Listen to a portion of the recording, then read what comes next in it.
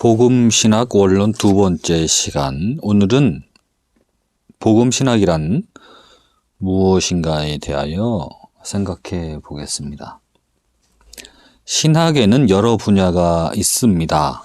성서신학, 역사신학, 조직신학, 실천신학 등이 20세기 초까지에 중심되는 신학이었습니다. 그러나 20세기 중후반에 이르러서 희망의 신학, 해방신학, 혁명신학, 민중신학, 또 번영신학 이런 것들이 나오기도 했습니다. 그러나 아직 복음신학이라는 신학은 본격적으로 나온 적이 없었습니다. 물론 복음이나 복음주의에 대해서는 17세기 이후 그리고 20세기에 와서 대두되기도 하였습니다. 그러면 복음신학이란 어떤 신학을 말하는 것인가? 복음신학은 복음주의와 구별되고 전통적인 여러 신학과 범주를 달리하며 급진적인 신학과도 개념을 달리하는 예수 그리스도와 그의 복음을 신학적으로 언급하는 것을 말합니다. 예수 그리스도와 그의 복음이란 예수 그리스도에 대한 복음과 구별되고 예수 그리스도로부터 직접 말씀되고 제시된 복음을 말하는 것입니다. 또한 예수 그리스도 이전의 복음과 예수 그리스도 이후의 복음과도 구별되며 세례 요한과 선지자들의 복음이나 바울과 다른 사도들의 복음과도 구별되는 것입니다. 그리고 예수 그리스도 이전의 회당이나 성전의 율법과도 구별되며 그 이후에 로마 가톨릭 교회의 교회신학이나 개혁교회의 성서신학과도 구별되어야 합니다. 엄밀하게 말하자면 예수 그리스도의 복음만을 복음이라 할 수 있다는 것이죠. 그러나 20세기까지는 성서 자체를 복음으로 보아왔고 선지자나 사도들의 복음도 복음으로 믿어왔습니다. 그 결과 예수 그리스도의 복음의 근본과 핵심은 주변에 있게 되었고 선지자들이나 사도들의 복음이 중심부에 있게 되었습니다. 그러므로 2000년이 흘렀어도 주님께서 말씀하신 복음화는 아직도 멀리만 있으며 절벽 같은 한계점에 있게 된 것입니다. 그럼에도 불구하고 복음은 여전히 교회 안에 갇혀 있고 복음화는 오히려 교회 밖에서 남용되고 있는 실정입니다. 복음은 갇혀 있거나 남용될 성질의 것이 아닙니다. 복음과 예수 그리스도의 갇힘이나 남용은 비록 종교적일지는 몰라도 진정한 기독교는 아닌 것입니다. 그렇다고 어떤 전통적인 신학도 어떤 급진적인 신학도 복음보다 앞설 수 없고 우선적일 수 없는 것입니다. 신학은 일종의 집일 뿐인 것입니다. 신학은 기초와 골조를 놓았을지는 몰라도 그 내용은 아닌 것이죠. 그러므로 복음, 복음화, 복음화운동 그리고 복음신학에 대하여 먼저 성서적이고 역사적이면서 신학적인 주제와 정의를 파악하고 본론과 결론에 임하고자 합니다. 그러면 먼저 성서적인 어원과 어휘의 본질에 대하여 생각해 보겠습니다. 복음은 유앙겔리온을 가스펠로 번역한 것보다는 잘 된 것 같습니다. 유앙겔리온을 앵글로색슨족들이 가스펠로 번역한 데서부터 복음의 본질이나 특수성이 오히려 절감된 것이 아닌가 생각해 봅니다. 가스펠은 God에 스펠을 더한 말이며 하나님에 관한 이야기, Story Concerning God를 말합니다. 그러나 유앙겔리온이 에반젤리즘으로 재해석되는 데는 적지 않은 세월이 흘렀습니다. 20세기에 와서야 에반젤리즘으로 부각되었으나 이는 유앙겔리온이 일종의 이즘으로 평가절하된 것이며 이제는 복음을 신학적인 차원에서 다루어져야 할 때에 이른 것이 아닌가 합니다.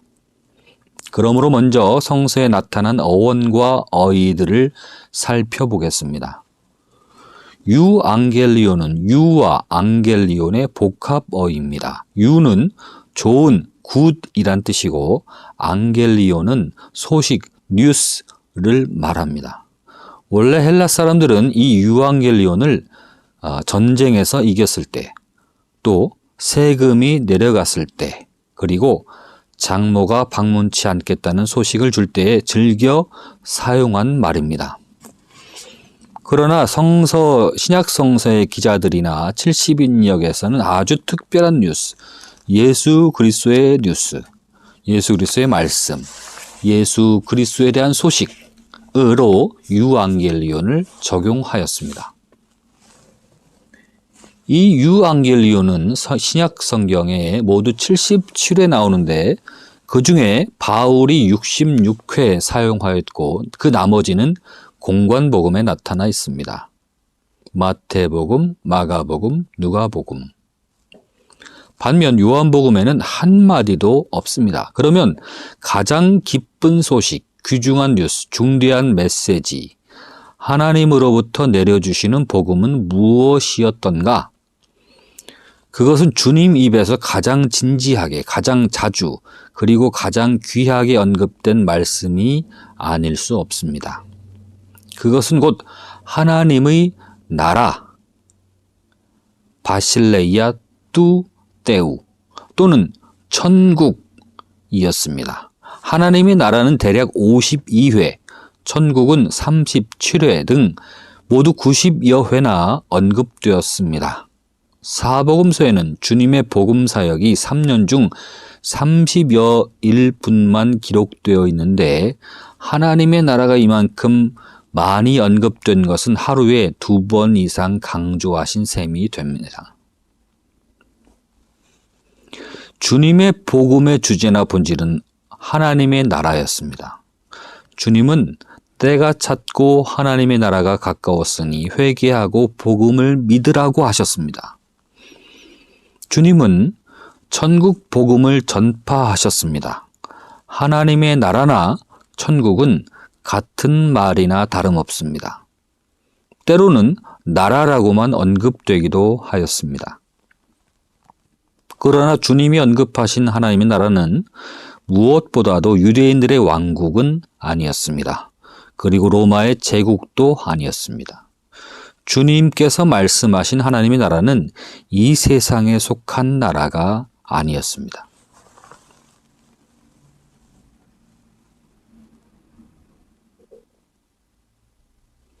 요한복음 18장에 내 나라는 이 세상에 속한 것이 아니라 만일 내 나라가 이 세상에 속한 것이었다면 내 종들이 싸워 나로 유대인들에게 넘기우지 않게 하였으리라.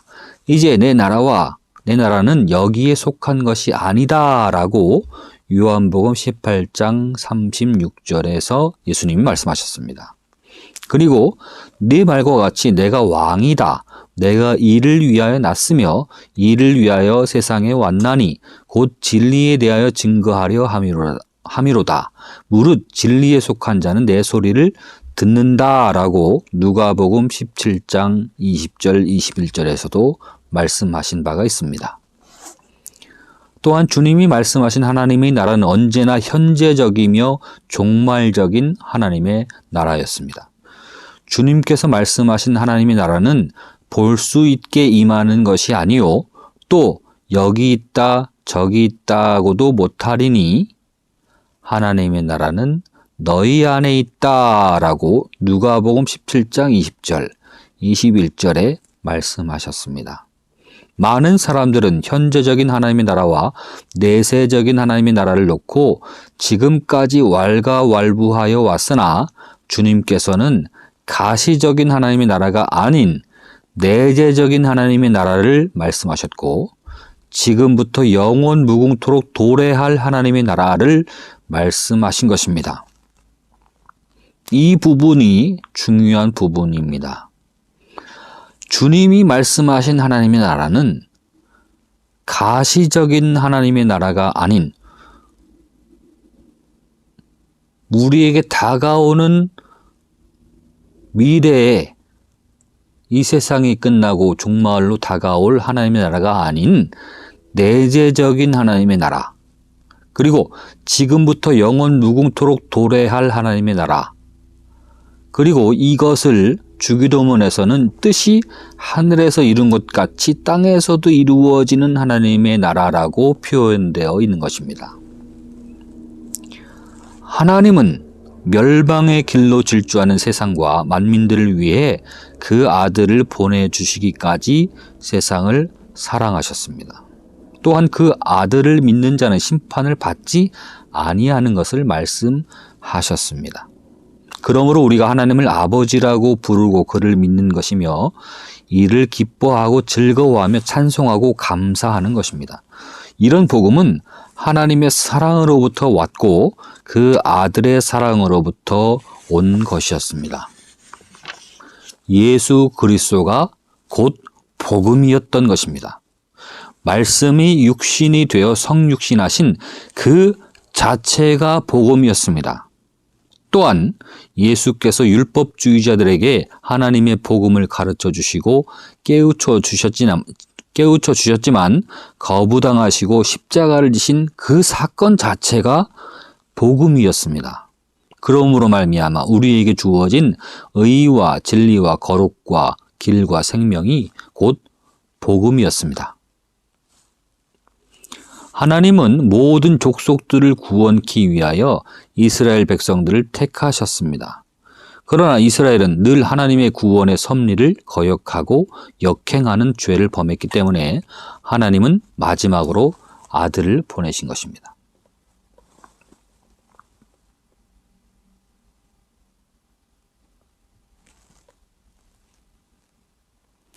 그리고 그를 믿는 자들을 새 이스라엘로 삼으시고 모든 족속을 구원하시고자 하는 섭리를 마지막으로 시작하셨습니다.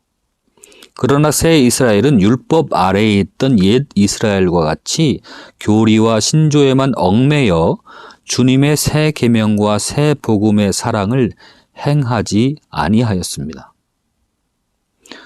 현재도 예수님의 새 계명과 새 복음의 사랑을 행하지 않는 교회나 신자라면 새 이스라엘에 속하지 않는다는 것이 되지 않을까요?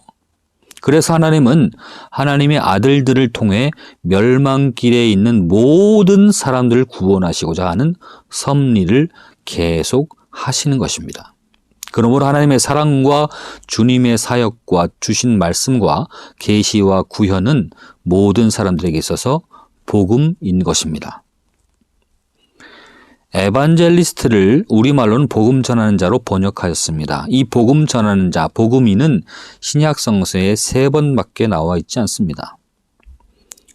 그러나 사도들은 다 복음 전하는 복음인들이었습니다. 주님은 제자들을 복음 전하는 사도들로 삼기 위하여 택하시고 부르시고 보내시고 위임하신 것입니다. 바울도 복음인이었으며 우리는 스데반이나 빌립을 7 집사 중에 한 사람이라고 생각하고 있으나 성서에는 집사라고 하지 않고 에반젤리스트, 복음인으로 언급하고 있습니다.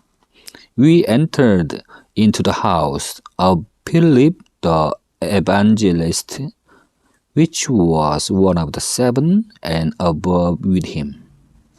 그리고 하나님이 세우신 교회의 직분자들을 언급하며 그가 혹은 사도로, 혹은 선지자로, 혹은 복음 전하는 자, 에반젤리스트로, 혹은 목사와 교사로 주셨으니 이는 성도를 온전케 하며 봉사일을 하게 하며 그리스도의 몸을 세우려 하심이다 라고 하였습니다. 그러나 사도직과 선지자직과 복음인직은 신약교회 또는 사도교회에 잠시 있다가 없어졌고 목사와 교사직이 교회의 황존직이 되었습니다. 장로와 집사가 보조직으로서 항존직이 되었다고 칼빈과 웨스트민스터 총회에서 정의를 내리게 되었는데 개혁교회에서 이를 채용함으로써 사도직과 선지자직과 복음인의 직분은 사용치 않고 있는 것입니다. 그러나 17세기 이전까지는 복음이라고 하는 단어 자체가 교회 안에서 묻혀있는 상태에 있었기 때문에 성서를 번역할 때 복음직보다는 교회직에 더 기울어져 있었던 것입니다. 그리고 복음을 성경 전체로 보면서 복음을 기독교 전부로 보며 그리고 복음을 교회의 신학 전부로 보는 때에 성서를 번역한 것입니다. 베자가 번역한 1599년판 영역 성경에는 에베소서 4장 11절에 복음 전하는 자를 에반젤리스트로 번역하지 않고 유앙겔리스트로 번역하였으나 1611년 킹제임스 버전판에서는 유앙겔리스트가 아닌 이반젤리스트로 번역되었습니다. 또한 바울이 디모데에게 너는 모든 일에 근신하며 고난을 받으며 전도인의 일을 하며 네 직분을 다하라고 할 때에도 언급되었습니다. 여기서 우리말은 전도인으로도 번역하고 있어 어원은 같은데 일관성을 갖지 못한 번역 때문에 혼란이 오고 있는 것입니다.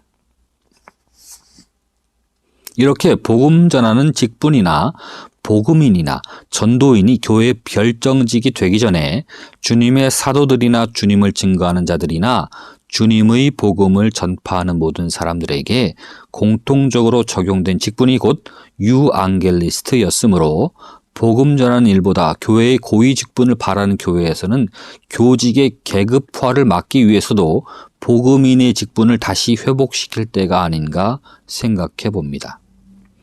그러나 보다 더 근본적인 것은 어떤 직함이나 직분이 아니라 가정의 복음화와 교회의 복음화와 민족의 복음화와 세계의 복음화를 위해서 모든 사람들이 복음인이 되는 일이며 정말 예수 그리스도의 복음을 전하는 데 그 본분이 있는 것입니다. 교회의 어떤 직분도 섬김을 받는다든지 어떤 계급이 아닌 교회에 세워진 어떤 모든 직분은 복음을 위한, 복음인이 되기 위한 예수 그리스도의 복음을 전하는 데 그 본분이 있다는 것입니다. 다음 시간에 계속하겠습니다.